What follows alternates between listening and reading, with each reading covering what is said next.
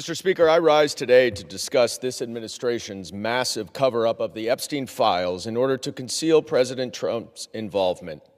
This cover-up reached its apex last month when Attorney General Pam Bondi falsely testified under oath before the House Judiciary Committee. The Attorney General testified, quote, "There is no evidence that Donald Trump has committed a crime. Everyone knows that," unquote. This is a lie. In the 3 million or so documents that the DOJ has disclosed to Congress under the Epstein Files Transparency Act, there is credible evidence that Donald Trump committed a crime.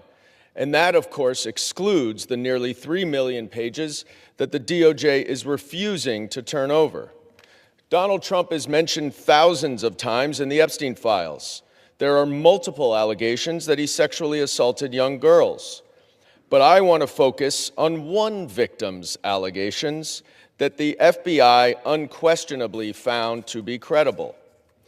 The DOJ tried to hide reports of 3 of the 4 interviews that this victim gave to the FBI, but pressure from the media and Congress forced them to disclose them. And now we know why. She credibly accuses Donald Trump of sexually assaulting her when she was between 13 and 15. In each of her interviews, this victim recited the same account of her interaction with Donald Trump.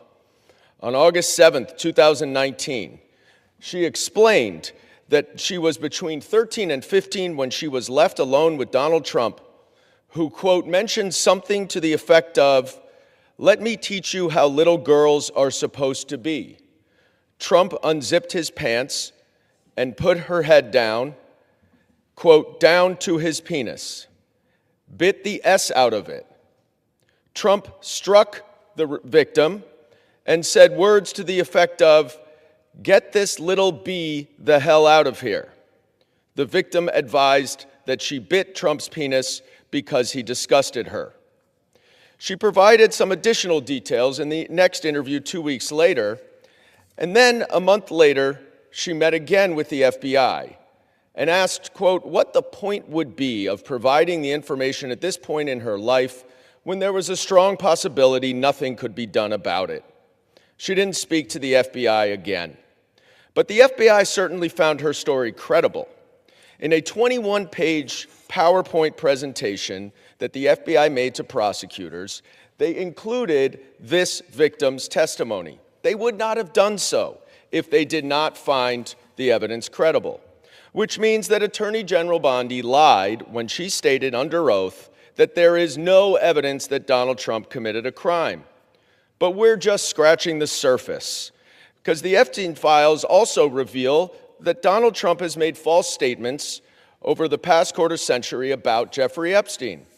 We know in 2002 he called him a terrific guy and said, quote, "It is even said that he likes beautiful women as much as I do, and many of them are on the younger side." In a birthday card, 2003, that Donald Trump gave to Jeffrey Epstein for his 50th birthday, Donald wrote for himself that "we have certain things in common, Jeffrey. Enigmas never aged. Have you noticed that? A pal is a wonderful thing. Happy birthday. And may every day be another wonderful secret." But in that same year, Palm Beach County opened an investigation into Epstein that eventually was turned over to the FBI. The investigation became public in 2006, and the Palm Beach County police chief received a call quickly after from Donald Trump, where Trump told him, "Thank goodness you're stopping him. Everyone has known he's been doing this." What innocent person calls the police chief about an investigation upon just learning about it? The recent documents also show that Jeffrey Epstein emailed Ghislaine Maxwell and said, quote, "I want you to realize that the dog that hasn't barked is Trump. Redacted victim spent hours at my house with him. He has never once been mentioned." Trump also denied that he ever went on Epstein's plane. But of course, the Southern District of New York said that he was on his plane 8 times, often with young women. The reason why this matters is because we don't have half of the Epstein files.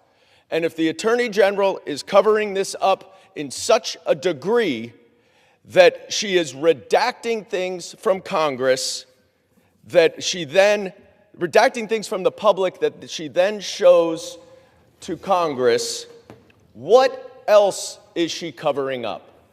And I would just show that this document here was redacted to the public, it was unredacted to Congress, and it completely disputes everything that Donald Trump has said about Jeffrey Epstein, about what he knew about the allegations, about his disgusting behavior, about Jeffrey Epstein, about what he knew about the allegations, about his disgusting behavior, about whether he'd ever been to Epstein's house, saying, I may have been there with my wife.